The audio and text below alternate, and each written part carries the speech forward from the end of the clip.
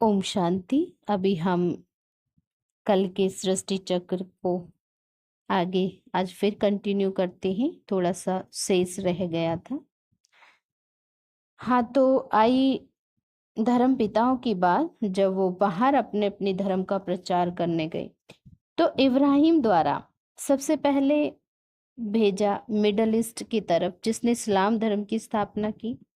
वहां पर बहुत ही धर्म भेद भावना आ गई। तब उसने आकर के परमात्मा का संदेश सुनाया, समय के महत्व को देख बताया। उस समय उसने देखा कि लोग इस प्रकार लड़ाई झगड़ा कर रहे हैं और ऐसा उनका जीवन है कि जीवन में कोई सिद्धांत नहीं, नियम नहीं, इसलिए कुछ नियम बनाकर देना चाहिए। तो उन्होंने laws to governor human life दिया। दूसरा धर्म पुस्तक मनुष्य जीवन के लिए आवश्यक सिद्धांत। उनकी किताब जो धर्म पुस्तक है उसमें यह बातें आती हैं कि मनुष्य जीवन के लिए कौन सा सिद्धांत है जो कुदरत ने बनाए हैं, जिस अनुसार हमें जीना चाहिए, यह बताया। क्योंकि समय की आवश्यकता अनुसार उसने यह महसूस किया, लेकिन अफसोस की बात है कि वहाँ के लोगों ने बात को समझा भी नहीं, इसलिए धारणा नहीं कर पाए। दूसरा महात्मा बोध आए। जैसे समय बीतता गया, महात्मा बोध आए। थोड़ा समय बीता, वह इष्ट की तरफ गए। वहां जाकर उसने क्या बताया? उसने भी यह कभी नहीं बताया मैं भगवान हूँ। उन्होंने तो परमात्मा का संदेश दिया। वहां के लोगों के कर्म को देखते हुए, समय को देखते हुए उन्होंने अपना प्रचार प्रारंभ किया। वहां उन्होंने 3 चीजें देखी। कर्म ही धर्म है, दया ही धर्म है, अहिंसा परमो धर्म। महात्मा बोध की शिक्षा का जहाँ प्रचार हुआ वहीं भ्रष्टाचार ज़्यादा क्यों?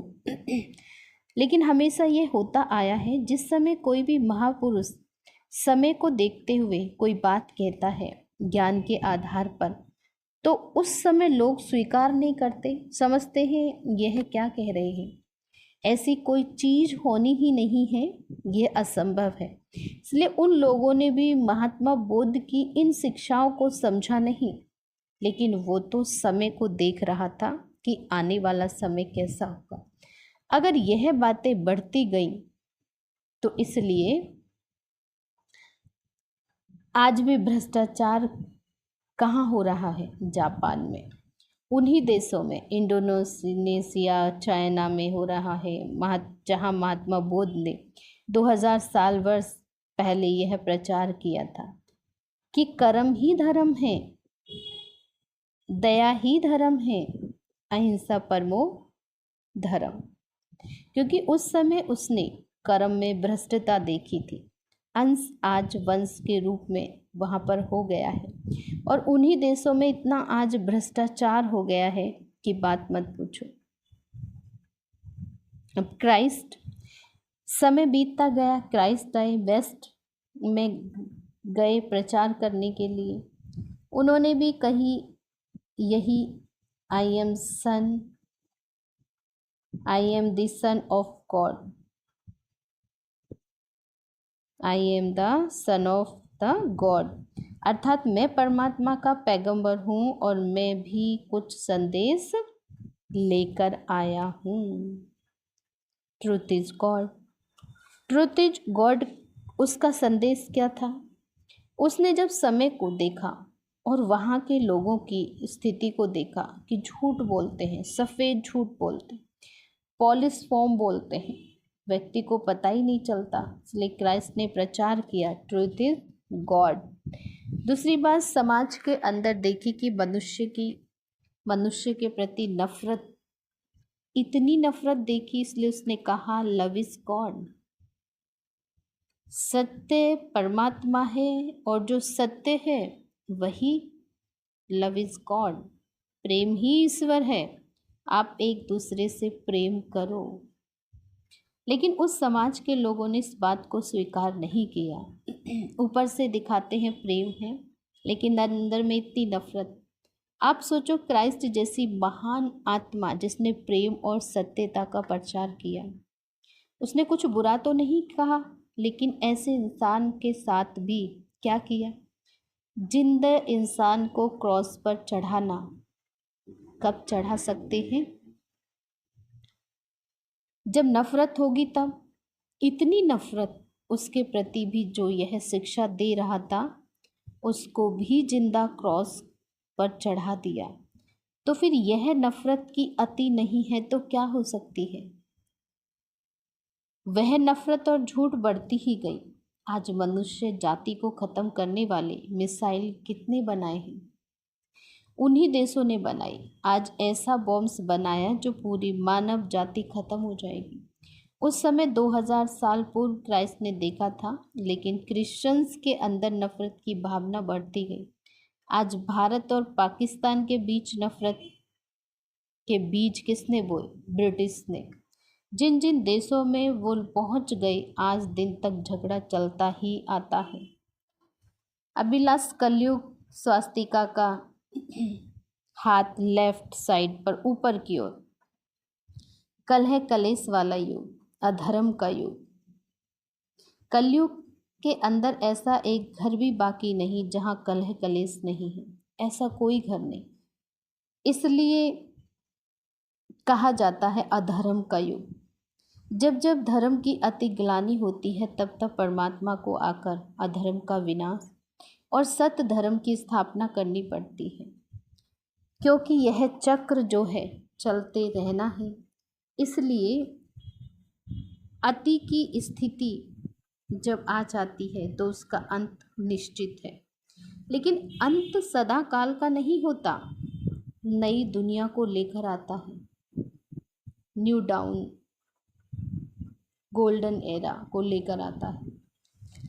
कलयुग अभी बच्चा नहीं, लेकिन थोड़ा सा सिर्फ बचा हुआ है।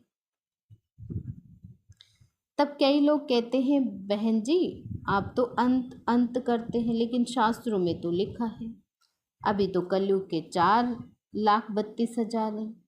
अच्छा चलिए, जब लिखा था किसी ने तब से और आज तक क्या उसमें से एक भी दिन कम नहीं हुआ?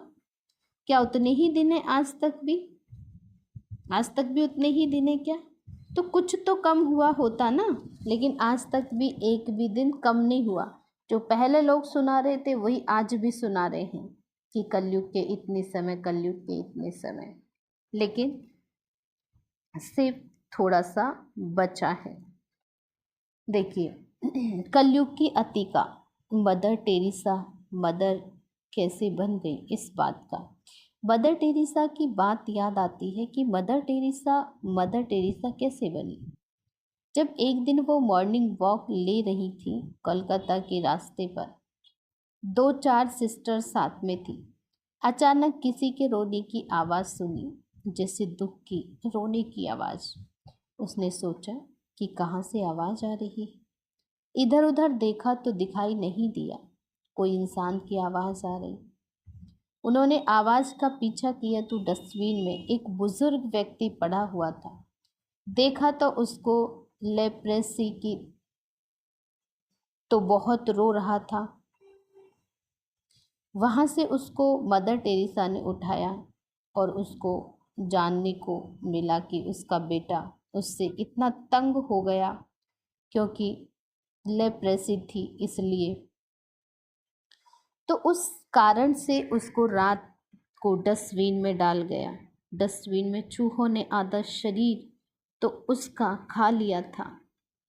उसको मौत नहीं आ रही थी, जैसे कहते भी हैं ना, जब तक सांसें हैं तब तक कुछ भी हो जाए, तब तक प्राण तन से निकलते नहीं हैं, क्योंकि आधा शरीर चूहे ने खा लिया था। तो नेचुरल है, स्वाभाविक है, उसको दर्द कितना होगा आप खुद सोच सकते हैं। इसलिए ही वो रो रहा था। मदर टेरेसा के दिल में आया, ऐसा कौन सा बेटा होगा जो बाप को डस्टबिन में डाल दे। यह कलयुग की अति। तो ऐसा सीन देखा तो उसको उठाकर के ले आई, उसको साफ किया, लेकिन पॉइजन तो हो ही गया था। जब इतने चूहे ने खाया उसको और वह कुछ कर पा रहा था? नहीं कुछ कर पा रहा था। बुजुर्ग भी ज़्यादा समय नहीं जिया और एक दिन जिंदा रहा, लेकिन मरते समय एक वाक्य बहुत अच्छा कहा कि सारी जिंदगी मैंने दुख देखा, कभी सुख की किरण नहीं देखी, लेकिन आज मैं सुख के हाथों मर रहा हूँ। यह कलयुग की अति है, इससे आगे कलयुग क्या देखना चाहते हैं। इसलिए कलयुग अभी बच्चा नहीं, थोड़ा सा बच्चा है। जहाँ बच्चे पेरेंट्स की जरा सी रेस्पेक्ट नहीं कर रहे हैं, जिन पेरेंट्स ने उनको जन्म दिया है, उनको पाला है, उनको इतना बड़ा करते हैं, सेटल करते हैं, आज वही बच्चे पेरेंट्स का ये हाल कर रहे हैं। या तो अनाथ आश्रम छोड़ के आ जाते हैं, या फिर कहीं पे उनको ऐसे भेज देते हैं, या तो फिर इस तरह का हाल हो रहा है।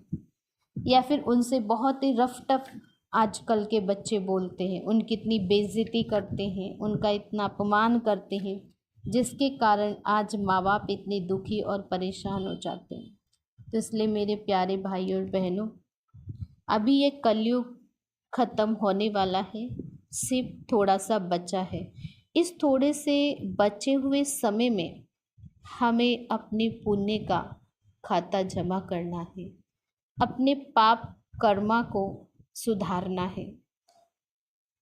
तो सभी के साथ बहुत ही प्रेम भाव से, स्नेह भाव से और सम्मान की भावना से जीना सीखें, तो शायद ये जन्म और आगे वाला जन्म हमारा बहुत सुंदर होगा। ये परमात्मा के महावाक्य हैं। इन्हीं शुभकामनाओं के साथ ओम शांति।